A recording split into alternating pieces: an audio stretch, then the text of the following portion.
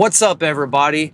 It is Thursday, August 28th, 2025. I'm back on the open road.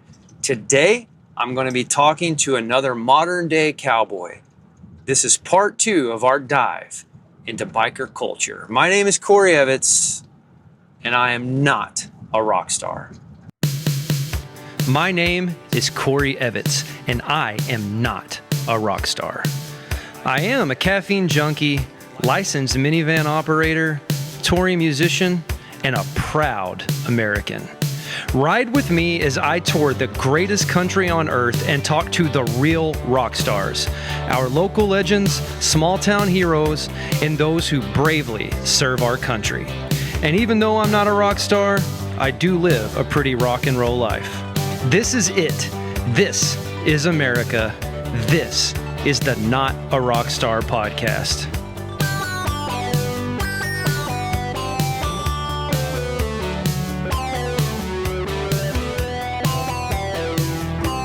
All right, guys, welcome back to Not a Rock Star with Korte Evans. I am your host, Korte Evans, and we have another great episode lined up today. I'm going to be talking to Mr. Dan Kortez Korte. Now, Kortez is the name that he is known by in his riding club, the Sons of Service. Today, we're going to be talking a lot about Kortez's time in the Sons of Service, his motivation for getting into that particular riding club, and we're going to be just breaking down really what they do as a group. So it's going to be a really fun discussion. Now, if you haven't already, you need to go back and watch last week's episode with Mr. Chris Harnacher. And we kind of began our deep dive into biker culture last week with Chris, and Chris introduced me to several concepts about biker culture that I was not familiar with whatsoever. And he talked to me a little bit about just the process of picking a bike, and talked to me about his journey going from just a guy that was, a biker and enjoying riding to a guy who was using that to spread his Christian faith. So it was a great discussion. Make sure you check that out if you haven't already. It's available on YouTube, Spotify, and Apple. Before I talk to Kortez today, I need to tell you guys where I'm going to be this weekend. I have several private things going on this week, but on Sunday, on August 31st, I will be at Big Daddy's in Edwardsville from 5 to 9 p.m. Always a great time, always a fun show. You don't want to miss that. And then on Monday, on Labor Day, September 1st, I will be back at Route 45 Wayside in Pesotum, Illinois.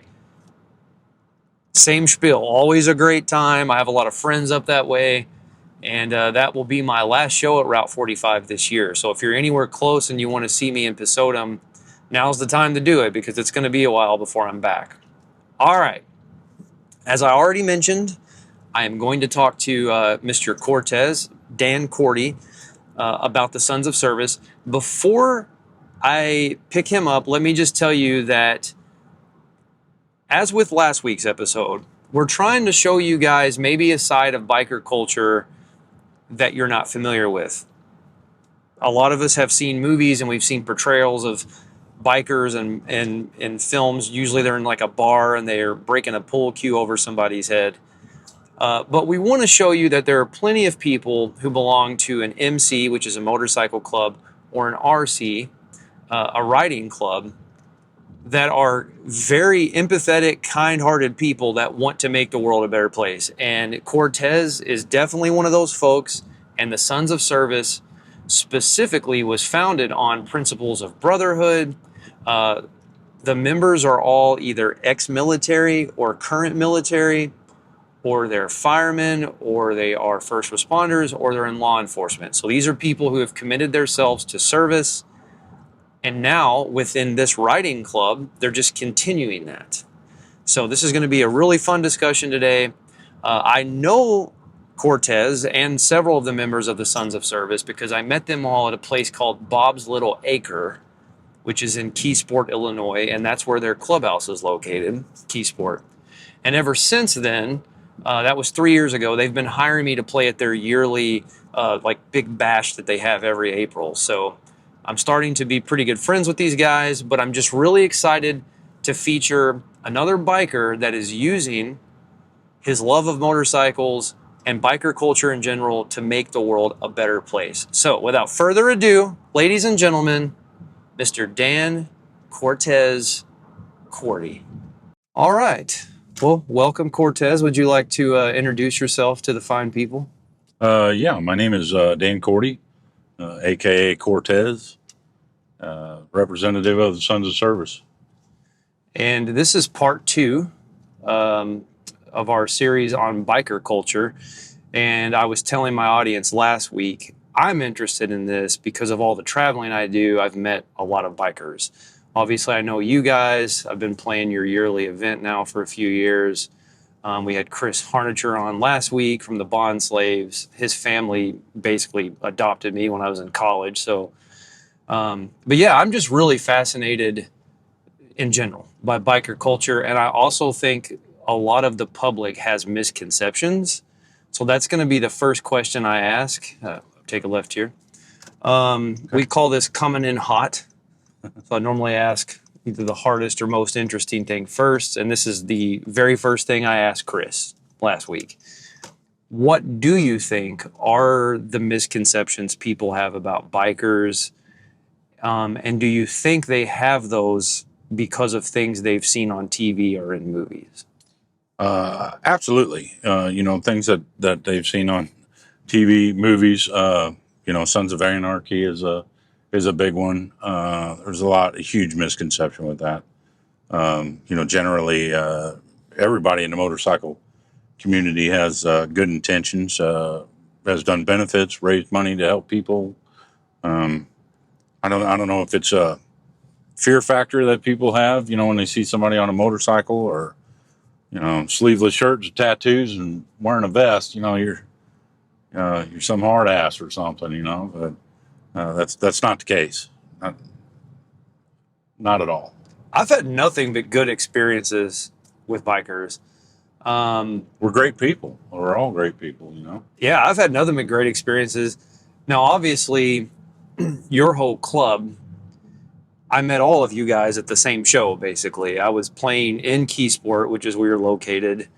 And then you had actually worked with my ex-girlfriend at some point, right? Do I have that correct? Yeah. So you're right. That's kind of how I met you guys. She knew some of the guys in the club. But yeah, I've had nothing but great experiences. And you had mentioned that not just your club, but a lot of MCs and RCs, which means riding club, by the way. That's correct, yeah. We'll get into that here in a second. But there's a ton of charity work that is kind of embedded into biker culture. So real quick, can you just talk about what you've seen just kind of across the board with bikers making sure local children are taken care of? And then also, can you talk a little bit about the Sons of Service, which is the riding club you're in?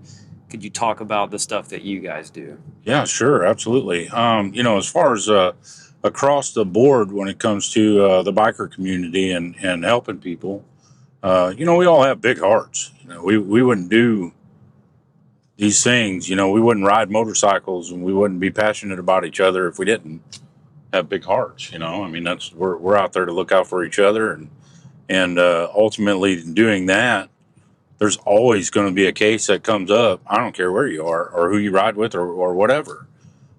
Somebody that personally or somebody in your family, that is affected by something, anything. You're down on your luck. You can't pay a power bill or you can't put food in your pantry, and you have kids, you have, cancer or whatever it may be. Your organization is going to help your brother. That's what it is. It's a brotherhood. And we look out for each other, across the board. So it's always going to take place. The Sons of Service is predominantly built on that basis, of wanting to help people. We spoke earlier, our basis of membership is current and former firefighter, law enforcement, military, and EMS, first responders. we're all out there helping people already. That's how this club started. Just people wanting to help each other, and help other people, and we created this organization, and here we are going on 15 years, and we've done some amazing things. We've had some incredible events, helped a lot of people, met a lot of great people along the way. It's been amazing. And that's a big takeaway I hope people get out of this podcast in general. We're trying to have a conversation with, what we call the real Americans, the real rock stars. And a lot of the folks are people I've met through playing music or people I know personally. But I want people to kind of get out of immediately assuming things about someone if you don't know anything about them, or in this case with bikers, if you've only seen, movies and you've only seen TV shows or whatever.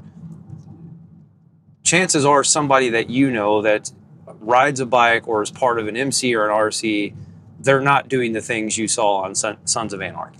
So that's No, one not thing at we're all. trying to get people to not assume things about someone who might be different than them or whatever. But also, I want people to know that at least everyone I have met that is in this culture has done a ton of charity work, and that's kind of been my introduction into biker culture, is being asked to take part in that. So everyone I know that was in an MC before I met you guys, I basically met them by being asked to be a part of a toy drive at Christmas or something like that. And then with Chris from the Bond Slaves, again, I know him because I'm now part of his family.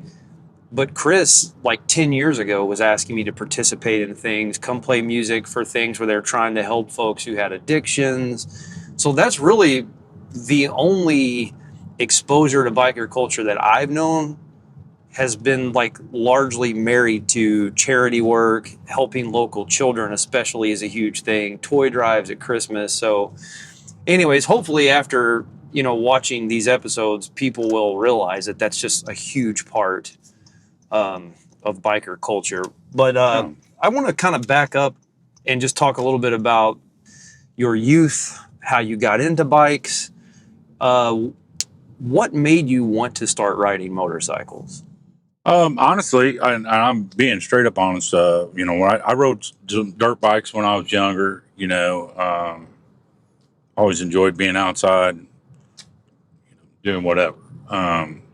When it come to actually riding motorcycles, street bikes, I didn't really get into that until just prior to the start of the Sons of Service. My wife actually wanted to get a motorcycle and get out and start riding. So that's what we did. Went and bought a motorcycle. My first bike was a Yamaha V-Star Classic 1100. I love that bike, but we've since evolved into Harleys and doing that deal. But getting my start in riding, basically came from her just wanting to jump out and put some wind in our hair, and fell in love with it. And so I've been riding a bike for 17 years, something like that now. Enjoyed every second of it. So. Well, and I'm going to ask things the way I did to Chris last week. I always tell guests, when I don't know something, talk to me like a hillbilly that plays guitar. But Okay. the only thing I'm going to know, or only things I'm going to know, are what I learned last week with Chris in an hour and 10-minute conversation. So I'm still pretty much fresh out of the box here. So let's say I wanted to buy a bike, and I've never ridden before because I haven't. What types of advice would you be giving me? What should I be thinking about? What kind of price range am I looking at? What do you got for me? Well, one of the first things I'd tell you to do, if you've never been on a bike or you've never owned a bike, you're wanting to get on a bike, I would tell you to go take a motorcycle class. It's a weekend deal. They put you on a little 250. They're actually going to teach you how to ride a motorcycle. That's the first thing I would recommend that you do. Because when you put, 700 pounds plus underneath your ass and you start heading down the road and you lose control of that, well, it gets heavy fast, So I would recommend that you take your time with it. So start out, small. Don't just throw yourself on a big, on a bag or, a full size bike, a road glider. However, the glides, street glides, road glides, they're amazing. How well balanced they are. Their center of balance is fantastic. But once you get that off one side or the other, and you start feeling that, they get heavy really fast. So when they hit the ground, they're kind of a bitch to get picked back up. Yeah, and obviously, I mean, I was going to say it's obviously more dangerous than being in a car.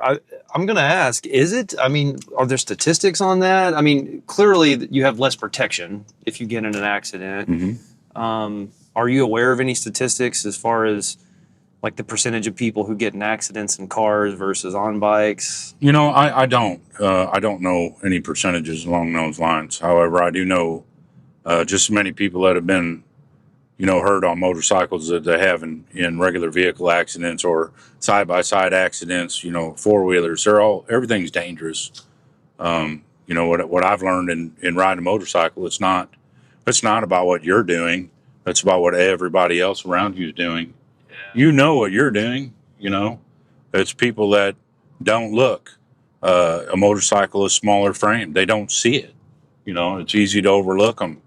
Instead of, take enough time to look both ways and see that it's clear before you pull out in front of somebody. Because generally, that's what happens when people get, in accidents on motorcycles. Most of the time, it's because somebody pulled out in front of them. And it wasn't anything that they were doing wrong. I'm not saying that, people don't ride motorcycles, out of control and ultimately pay the price for it, because it happens. They're fun and enjoyable, but they are dangerous. But we ride cruisers, we ride street bikes. That no sport bikes, or we don't have sport bikes in our organization, which basically crotch rockets. That'll run 180 miles an hour. We're not doing those things. But those people, when they go down, there's not much left of them. So they're all dangerous. Yeah. And my dad used to always say that about cars, but he would say it's not yourself you have to be primarily concerned with. It's every other person you meet on the road. Yeah, absolutely. Everybody. Yeah. So, as you were mentioning, the Sons of Service, you guys are a riding club. Yes. Versus an MC, which is a motorcycle club. Are Right. there differences that you can tell me about? I mean, like just some basic things that are different between the two? Like an MC and an RC? Well, it's just we'll say it's a different level of politics between one versus the other. Riding clubs, I guess if you look at a pecking order, we're at the bottom of it. Per se, we're not. We just got our little piece of the pie over here in Keysport. We're just a not-for-profit riding club. We just a group of guys love to ride motorcycles, raise money, and give it away. We're not dissimilar to what any other organization is out there doing it, but they just carry different structures, if you will, than what we do. So, we won't name anyone, but like if there was like an international group that had, say, 50,000 members or something, they would just have a lot more structure in place because they have a bunch of different, what do you call them, chapters? Like if they had a chapter in Toronto, Canada, and then one here, they just may have a lot bigger structure politically in order to make all that go. Yeah, there's national groups out there, yeah. So that would be one major difference. Maybe something that has that much bureaucracy, a group that big versus the Sons of Service. There's Right. less politicking because it's a smaller group, and then you guys all know each other personally. Yes. All roughly live around here, which we are in Keysport, as you mentioned. If I were to try to describe that to people, it's in Illinois. It's what are we, like maybe an hour from St. Louis kind of Yeah. thing. Mhm. Yeah, so We're like 60 miles straight east of St. Louis, gotcha. on Carlisle Lake. So And then, as you were mentioning, most of the folks, or I guess everyone in Sons of Service, is either former or current military, a first responder, law enforcement, or a firefighter. yes. So I do want to ask you about your time being a firefighter and also in law enforcement. When did you get into both of those, and which one did you get into first? I became a firefighter. I actually served 16 years on Keysport Fire Department. And I was, prior to that, I'd actually served 2 years prior to that. So about 18 years total service with Keysport Fire Department. I've been with the Sons of Service now for going on 15 years. So, it kind of fell into place. I've worked for the Department of Corrections for the last 15 years as well. So everything kind of tied itself together about the same time. So I've been pretty blessed over the last 16, 17 years to have things going in my life that I do. Well, and I want to say thank you for what you do. We're really trying to honor people on this podcast, especially this season. Everything's patriotic themed. So we're really trying to honor the folks that are veterans and in law enforcement and fight fires. Basically everything you guys are as a group, that's who we're trying to highlight. So I'm really glad that, we have you on today. I appreciate it too. Thank you. You were telling me, and I'll have you explain this again, but you were telling me off camera about the origins of the Sons of Service, that you guys have been around about 15 years. You want to just tell me that story again? Yeah. The Sons of Service was founded in 2011. And it was the basis of one guy, our former president and still current member, Big D, Dallas Edwards, my brother. I've known him for a long, long time, 30 years, over 30 years since I've been in this area. We've been friends a very long time. He was stationed overseas. Actually, two of our members, Jeffrey was overseas with him. They were together. Did 2 tours over in Iraq. And when he came home, was struggling a bit, was looking for something, and he had an idea of the Sons of Service. He wanted to start, a club that, he could find a brotherhood that he'd been missing since he left Afghanistan. And there was 7 of us originally. We wanted to have his back, so he wanted to do this. He had this idea, and we said we were with you. That's how the Sons of Service was started. After we had about 3 years in, I'd say, I'll never forget it. Him and I were sitting there talking together at the bar one day, and I said, this is, there's no turning back now, brother. I mean, this is bigger than me or you, and here we are. It's all based on the work that we've done, but that's how it started, with just 7 guys that wanting to support one. Is that Bob's right there? That's Bob's, yeah. That's where I would have met all y'all 3 years ago. Yep. How many members do you currently have? I don't have that number. I don't know. That's above my pay grade, but more than one, less than 100. Yeah. So, you say maybe roughly 50 members in the I Sons of couldn't Service? tell you. I don't know. I wouldn't say that we have that. So we're just a small group, of locals. We don't have a large showing, but we do large things. Yeah, we absolutely. Do big things. Well, let's talk about that. What types of things do you guys do in the community? And do you typically do certain things at specific times of the year? Like each year, do you have so many, fundraisers you're doing or drives you're doing? What do you guys typically do to give back? Yeah, so we ourselves usually have 4 to 5 events that we schedule every year. We start off with our His Kids ride. We now have a veterans ride that we have in place. Our original first event, we've done it every year since we've been in existence, is our Christmas for the Kids ride. But that's actually coming up next month, where we'll do a ride and live auction. We raise money for buying Christmas presents for needy children in our area.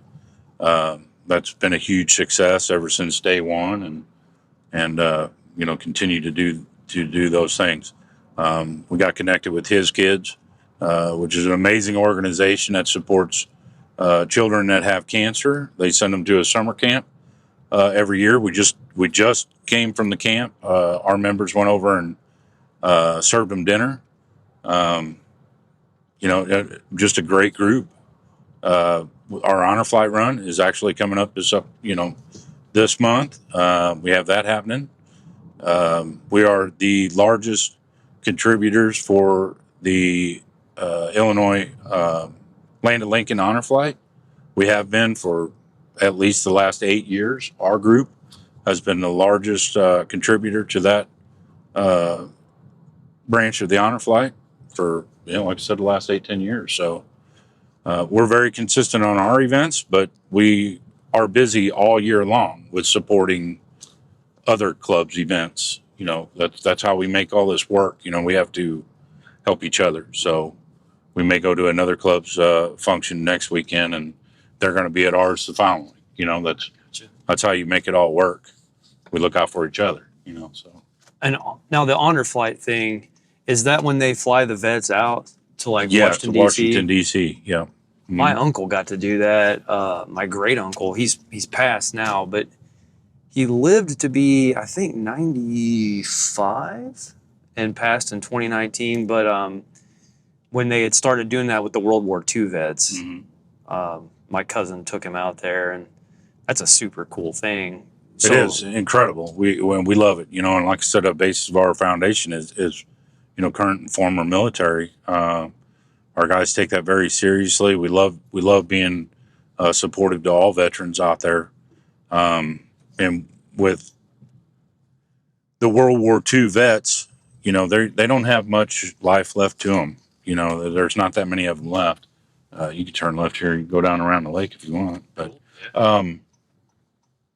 they're dying off, unfortunately. So you have the Vietnam era veterans that are currently filling these flights, and as long as they're still in existence, we're going to keep doing this. But at some point in time, honor flight is going to come to an end if they don't start recognizing some other veterans to keep this going. Once they're done, they're done. Kind of our understanding of how things are working right now. So I gotcha. Man, yeah. I didn't even think about that. So they've kind of limited it to Vietnam era as far as as recent as they're doing? Yeah. So there's application process, that you got to fill out. So if you have anybody that that is a Vietnam veteran or still alive as a World War II veteran, and they've never been on this honor flight, man, please get them an application, and send them. That's what we're doing. When we have our ride, we're estimating 1,000 people are going to come to support this, and we're gonna kill it. We're gonna raise tons of money. And I don't know the exact number every year of veterans that we send out, but it's quite a few. So if people know someone in that category, please get an application, fill it out, and get these people out there because they deserve to go see this. By the way, I have never laid eyes on this lake. Isn't that crazy? Lake. Yeah. I've lived on a river my entire life, and so this kind of looks like the Ohio River a little bit, as far as Yeah, it never be as clean as the Ohio River. I can tell you that now. Yeah, this is nice out here. Now, since we're on the subject, would people literally just Google honor flights for Vietnam veterans and the website pops up? I mean, if somebody is, let's say, close to Keysport, could they contact the Sons of Service for help? Yes, absolutely. Absolutely. You could get a hold of us. Our members would be more than happy to put you in the right direction. But you can go to Lincoln Land Honor Flight on their site, and you could probably get all the information that you need right there.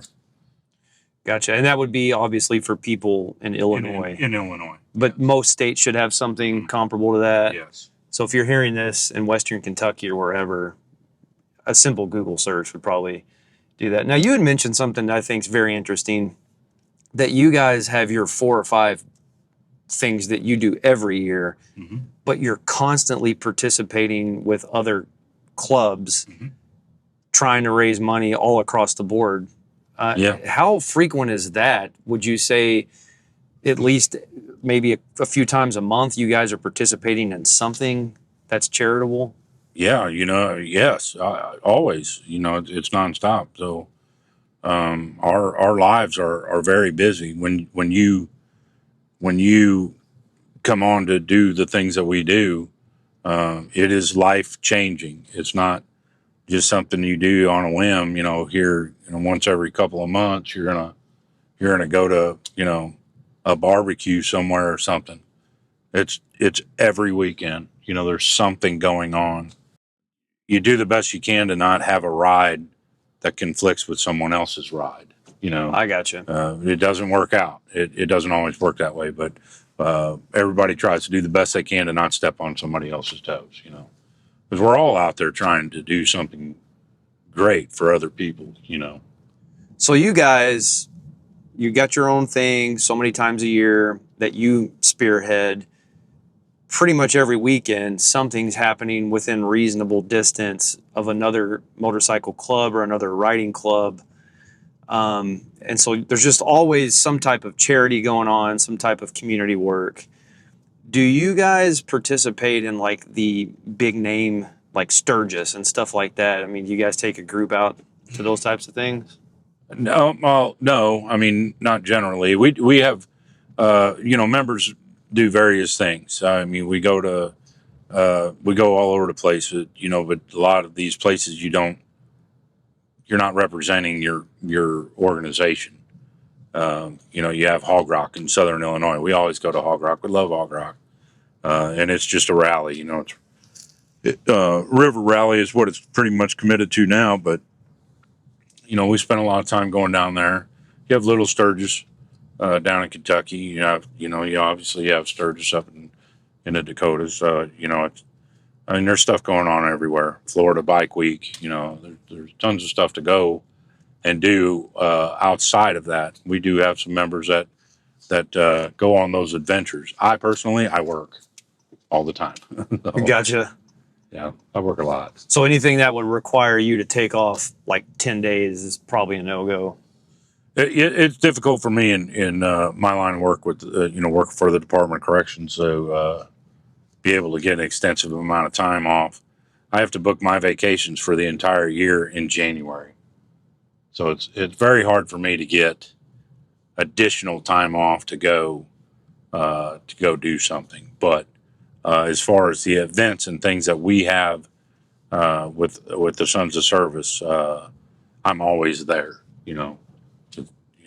That's why I have weekends off, and I always make that work. But any extra trips is very difficult for me to go on. Do you guys ever work on bikes together? Oh yeah, Like guys in the club get together, like, hey, this Yeah. weekend we're all working on, you betcha. Gunner's bike or whatever. Yeah. Right.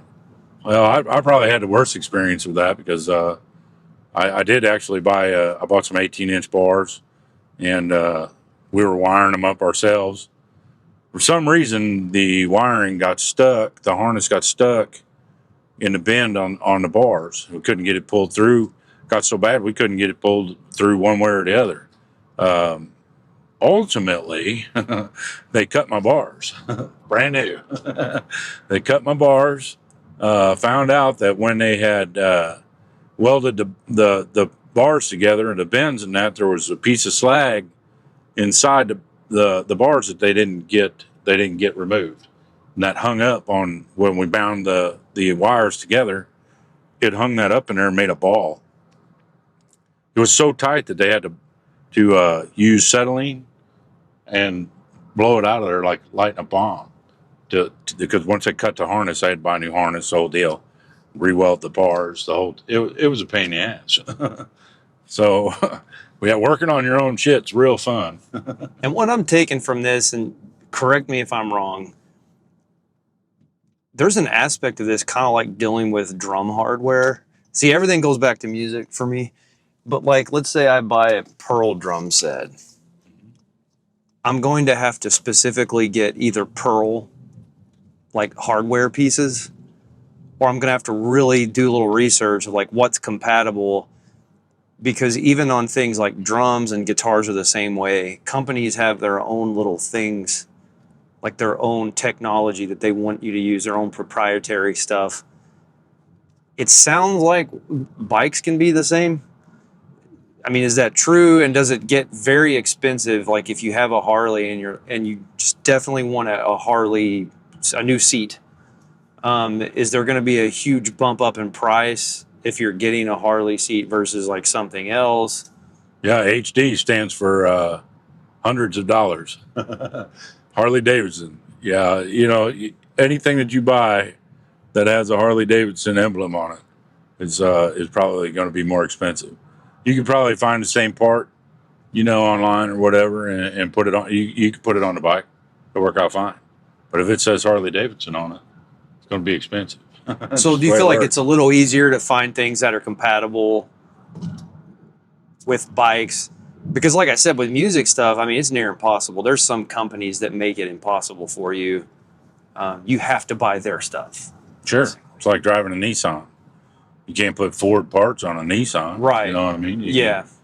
Certain things are that way. Motorcycles, you can get away with manipulating them, changing different parts out, stuff like that. Aftermarket stuff don't have to be, just because you ride a Harley don't mean that everything on it's got to be Harley. I gotcha.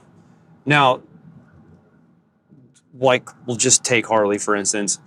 Does that retain its value more than other brands? So even though you got to put more money up front, so it's not like, say 10 years from now, if you wanted to resell a Harley, it's not necessarily going to retain its value better than say a Yamaha or something. No. Harley Davidson, they flooded the market. I think it started probably back in 2010 when they started to crank bikes out every year. Prior to that, they didn't do those things. And Harley Davidson motorcycles did hold a really good resale value on them, but not anymore. There's especially during like going in through COVID, and so many people wanted to get out, and ride because they didn't have anything else they could do, buying motorcycles. It just kind of flooded the market, if you will, with them. So they're everywhere. So now when you go to sell one, it's not worth anything. That is very interesting because I wouldn't have guessed that. One. Two, again, back to guitars. When I was selling guitars, my big selling point to people on something like a Martin or a Taylor, which are very expensive acoustic guitars, or like a Fender Stratocaster, if it was made in the USA. Sure. Those are kind of high-end guitars, but my selling point was if you buy an American-made product, you take care of it, it is possible 20 years from now that will be worth even more than what you're paying me today. So I was just, I guess, wondering if like an American-made Harley's like that, but I had no clue that they have made so many of those now. They're so accessible that the price has gone down. So let me ask now a little bit about the Sons of Service. You were telling me the difference between even like the patches between an MC and an RC, so a motorcycle club and riding club. And we'd already talked about like the political structure is a lot different. But as far as the patches go, like let's say somebody first of all came to you guys and wanted to be in the Sons of Service. Does it take a certain amount of time before they are officially a member? Are there certain patches that they have to earn? How does that work? So, in the motorcycle community, most of those organizations, they do carry 3-piece patches. So you have your top and bottom rockers and then your center patch.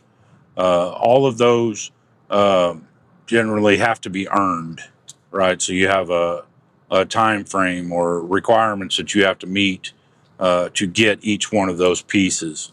We're not any different, but we just don't fly a 3-piece patch, right? We just have one. It's a solid back patch, red, white, and blue in color, and and we do still have a time frame. We do have our own policies to become a member. I won't discuss any of that. What we do with that, but there's a process. There's always a process to getting a patch that you get to wear. And we've all heard and used the phrase, it's just like riding a bike. But when it comes to a motorcycle, how in practice do you have to stay? I mean, if like let's say you didn't ride for 2 months, would it be weird for you the first few days getting back on the bike? How often do you need to ride in order to stay in practice? I mean, again, I've been riding for 17 years. So if my bike sat for 2 months and I wasn't on it, I'm not going to have a problem getting on that bike. I've rode plenty. But somebody that's only rode a few times over a course of 6 months, it'd be more difficult for them, obviously. So yes, the more experience you have on a motorcycle, the more skilled you become. Maybe the more confident you become, because the confidence is a lot of riding motorcycles. You have to be confident in your handling of that bike, right? And if you're not, there's going to be big problems. Somebody's going to get hurt. So let me ask a little bit about really the family aspect of the Sons of Service. Do you find yourself hanging out with your brothers a lot, even when you're not doing official Sons of Service stuff? And is it kind of like an extended family? And do you have any just stories along those lines? Yeah, absolutely. And through evolution of an organization, that concept changes. But the core values, the family aspect, we've always been family oriented. Before the Sons of Service started, the 7 of us that started this organization, great friends. We went to barbecues and birthdays and holidays and just hung out on the weekends. We were always together, like a family. So it was easy when we transitioned over to do the Sons of Service. And then people coming into the club, you that dynamic can change. I don't feel like it has. For us, I still love getting together with my brothers as often as I can, whenever I see them. But you can see shifts in that aspect, if you will, based on new membership, new ideas, growth, things like that. You heard the story like growing pains, right? Right. That's as true as it gets when it comes to starting an organization and watching it evolve and grow. It comes with growing pains. Sometimes that happens, but at the end of the day, you hope that you instilled the values in the people that are coming into your organization, that they are going to keep that going in that direction.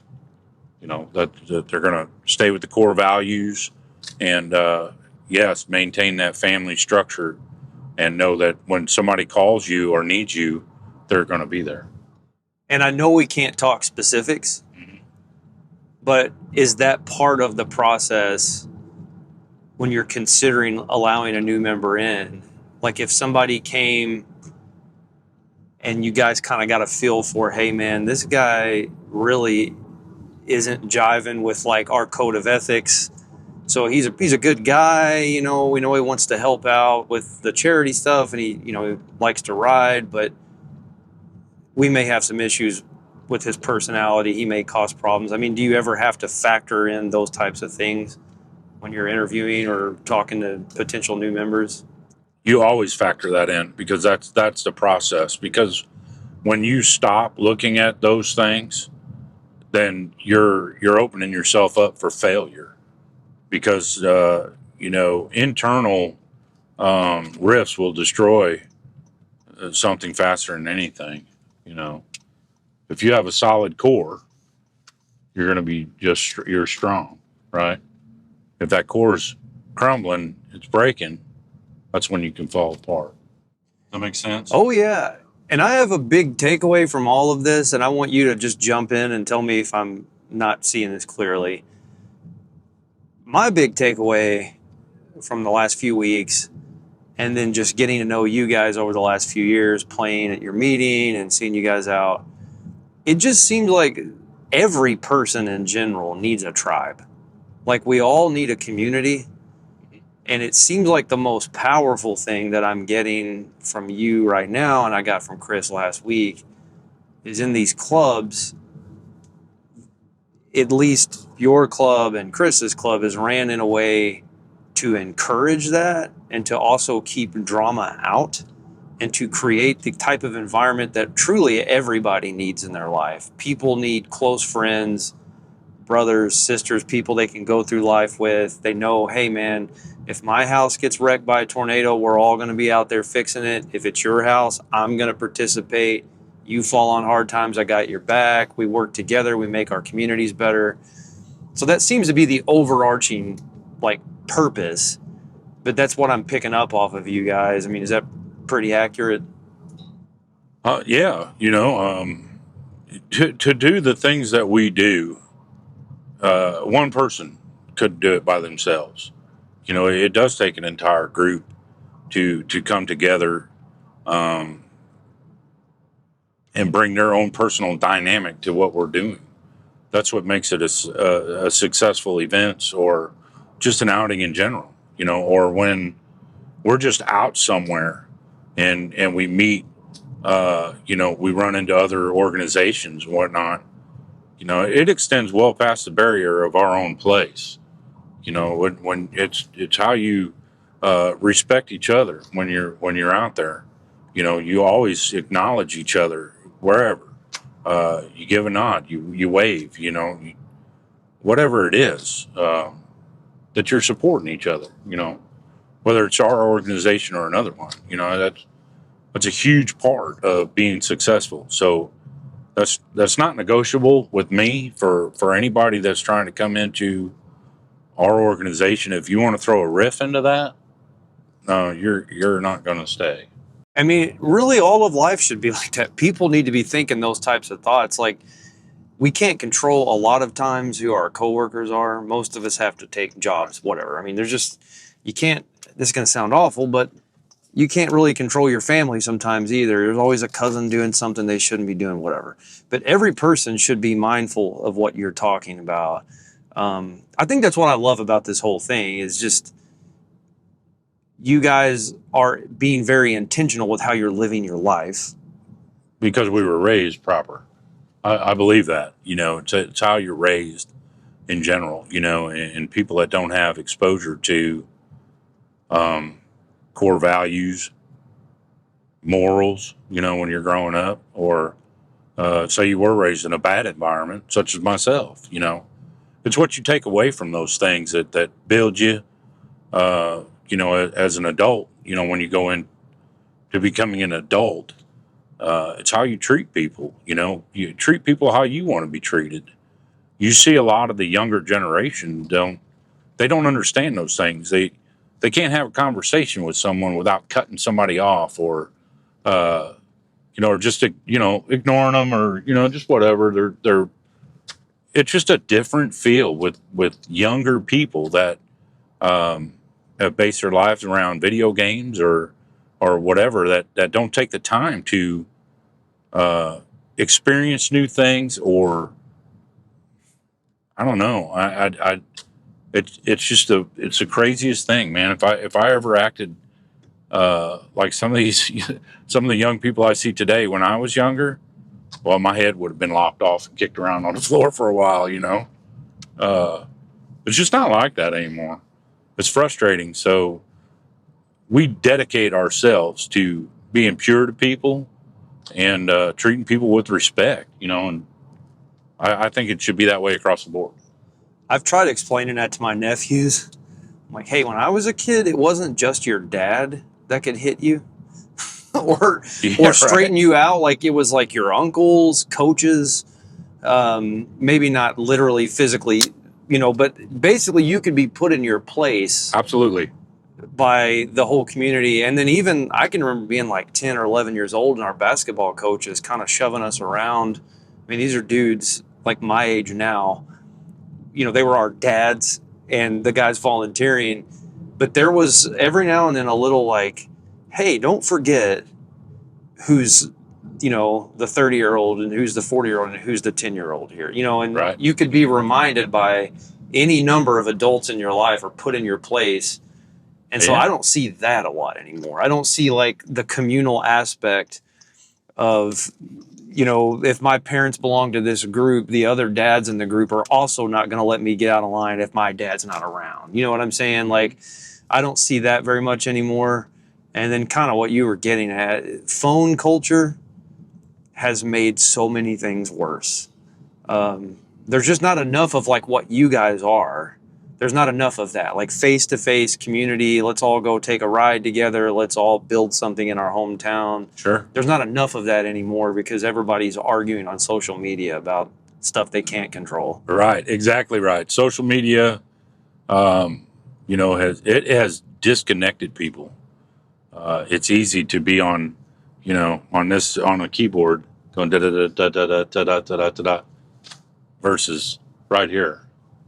Are you going to be the same person right here as you are right here? Absolutely not, because there's a fear factor right here that's not when you're at the end of your thumbs. You know, they've taken away all of that. We're getting into you're seeing it in grocery stores, you know, Walmart, self checkouts. You know, I mean, hell, there's restaurants now that you have to order your food through a file, you know, what do they call them, kiosks? Yeah. Or whatever, you know. There's no human interaction anymore. So people don't actually, they don't know how to talk to each other anymore. Generally, you know. It's weird. Hey, I'll tell you this, and even in dating, it's weird for girls now if you like invite them to coffee or something like that. Like there's this whole just stupid like game you have to go through with texting certain ways. Yeah, what do they versus call just that? like Snapchat? Is that what it is? I don't know what they Snapchat. You mean Snapchat? Snapchat. That's it. I was like, wait, what are you talking about? No, man. I don't have TikTok or Twitter either, man. I don't have none of that. It's weird. Like there's this whole like new like all these rules about text at this time. Act interested here, but don't act interested here. And I'm like, why don't you just go for a walk with somebody? Or why don't you like, hey, do you just want to get to know me more? Like but even that is so weird now. Everything is just through, like you said, Snapchat or texting. And I don't know, man. I'm a pretty straightforward guy. It's a little hard for me to. I thank God every day that I've had my wife for almost 32 years. It'll be 32 years and next week, as a matter of fact, that we've been together. So I haven't had to deal with any of this stuff, you know. Congratulations. It was simple back then to be like, hey, I like you. Let's go hang out, you know. Yeah. That's what we did, you know. Yeah, that type of a deal. It's I different. couldn't imagine going through all this stuff. Well, one thing I've run into is like you meet somebody, but you're one of about 12 dudes that, you know, they've been messaging or talking to. It's just a different world, man. It's not the best anymore, but I'm a very straight up kind of person. I love this, by the way. This podcast is the funnest thing I do. I love music. I shouldn't say it's the funnest thing, but with music, there's always some stress involved. Like I got to show up at this time, or if I have a bad show, they're not going to ask me back. I love this. I love just talking to another person, man. It's stress free. I'm enjoying it too. I appreciate the invite. Yeah, for this. Love it. Yeah, it's been amazing. Absolutely. So let me ask this: what are you looking forward to the most with the Sons of Service? And then is there anything just in your life in general that you are looking forward to the most? So, you know, the Sons of Service, I am an original member. I've had the pleasure of watching this organization grow, you know, and develop into something truly amazing. We've done so much solid work for across the board from when we first started with the supporting the Shriners. Love the Shriners, you know, and everything that they do. Children's Hospital. One thing we found with that, on a national level, it's hard to see, you know, basically where your money goes. So we elected to make some changes and just keep our fundraising, our money, everything at home. Now, when I say at home, I mean like we're surrounding counties. You know, we're not just dealing with, you know, the great state of Keysport. We've been to Scott Air Force Base and in the Belleville area and Salem and Centralia and Greenville and Vandalia and you know, all over the place. Anybody in our core area that needs help, we're wanting to help. But I've got to watch this grow. Start out with something so fragile and near death. On numerous occasions. To where it is today. That we've been accepted. We obviously play by all the rules that are out there, but we've been accepted. We cast a positive image on the motorcycle community, and that was our goal, to be able to help people, but also to offer up a safe haven for for the people that are looking for that family basis, that brotherhood. I will not say how many veterans that I know our club has helped, but we've helped several. That we've opened that door to them, and they've really enjoyed where we've gone with this. As far as the future goes, again, I look forward to watching, the continued growth behind the Sons of Service, and the help that we do. Instilling those core values and watching them stay there for this long has been amazing. But my time, this was never the idea to do this forever. Now I have grandbabies, and I have attention I want to direct towards them, and start doing some more things with my own family. So it's time I start kind of stepping back, and letting the younger guys of the club, grab the reins and continue to take this forward, which we've been seeing them doing. Some of our members have just, they've opened doors that I never even thought were possible. We've had guys out from Las Vegas from counting cars. We flew those guys out to help us in our honor flight run. We'd have never thought of that. That came from one of our members that happened to have a contact that reached out to somebody that they knew, and next thing you know, this is all coming together. We flew those guys out and catered to them all weekend long. So we've done that a couple of times. It's really cool to see the new members open doors that we never thought were possible. So I'm looking forward to that continuing. Yeah. I have two more questions. Yeah.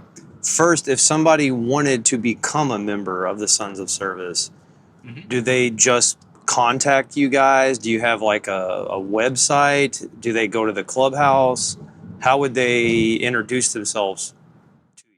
So my advice to someone that's interested in that, or any club for that matter, not just the Sons of Service, but if you are looking for something, like with the motorcycle community or the riding community in general, go to an event somewhere.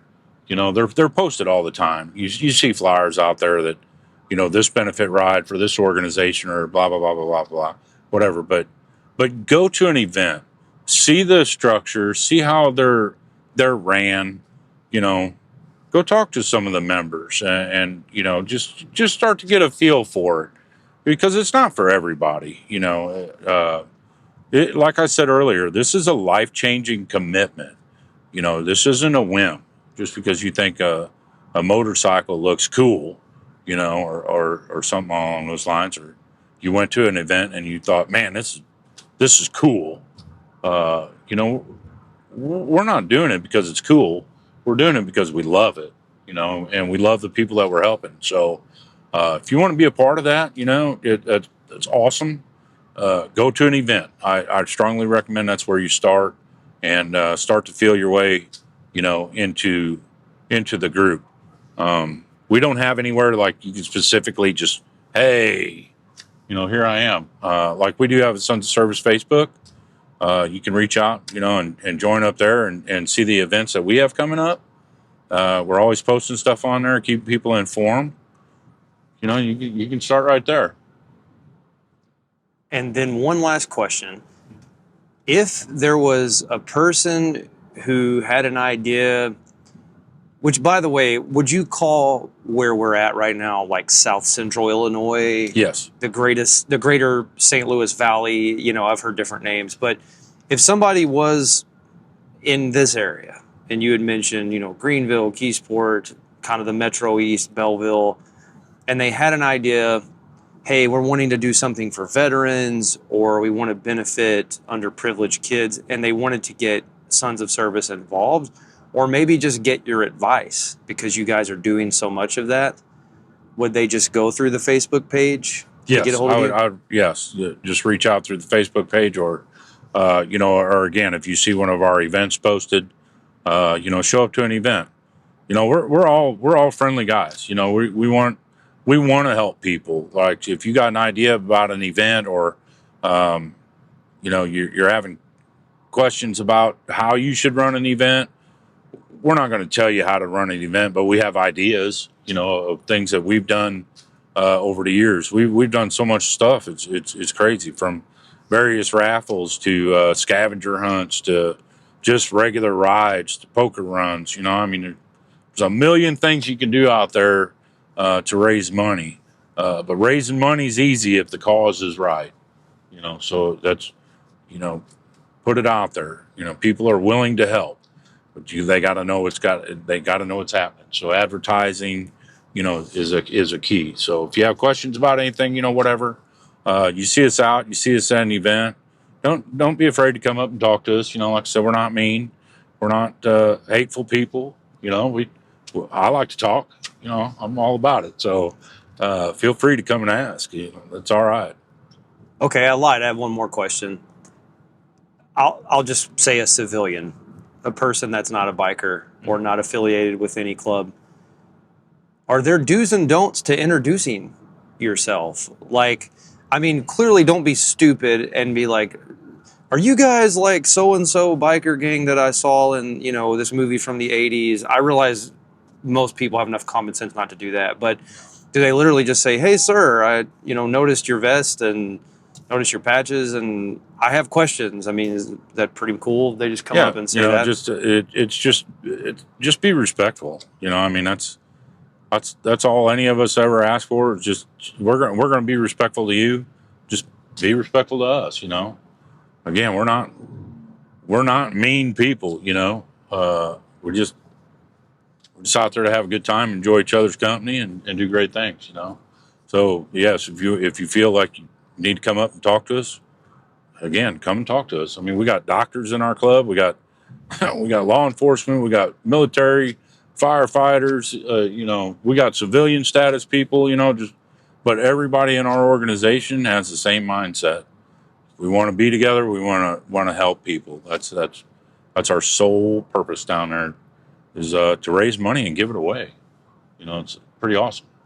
Well, I've seen it firsthand, and I really appreciate you guys. I really enjoy coming to this area. I didn't really know very many people other than I have some family in Greenville, but I think I met you guys in 2022. It was 3 years ago. And y'all have been my friends and always support me if I play anywhere close. I really appreciate it. I appreciate what you're about. The world is definitely benefiting from you guys doing what you're doing. So thank you. Thank you for all the things you do for veterans too. And I really appreciate your time today. Thanks for coming on, Kortez. I appreciate you. Thank you, Corey. Enjoyed it. All right. Well, once again, I want to thank Kortez for taking time out of his very busy schedule to hang out with me today. Thank you, Kortez. Thank you to the Sons of Service for everything you guys are doing in South Central Illinois. Thank you for being my friends. I met a lot of the guys about 3 years ago. I played in Keysport at Bob's Little Acre and met the guys, and they've been friends to me ever since. They've been very supportive. So I appreciate your friendship, but I want you guys to know how much we all appreciate what you are doing in your neck of the woods to make the world a better place. So thank you. And I do want to kind of touch on that quickly. You know, the concept of being part of a team or being part of a tribe, having community, that is very important. And as I mentioned, while Kortez was in here with me, that's my big takeaway from this week's episode and last week's discussion with Chris. That the bond slaves and the sons of service provide a very, very important function for people. They give folks a tribe, a community, a family, an extended family. And the truth is, we all need that. So the first thing I want to do is encourage all of our listeners and viewers, make an effort to be a part of a community in your hometown, or maybe it's folks that you meet online, but figure out where you can give back, but where you can also be supported by like-minded people that will lift you up when you need it.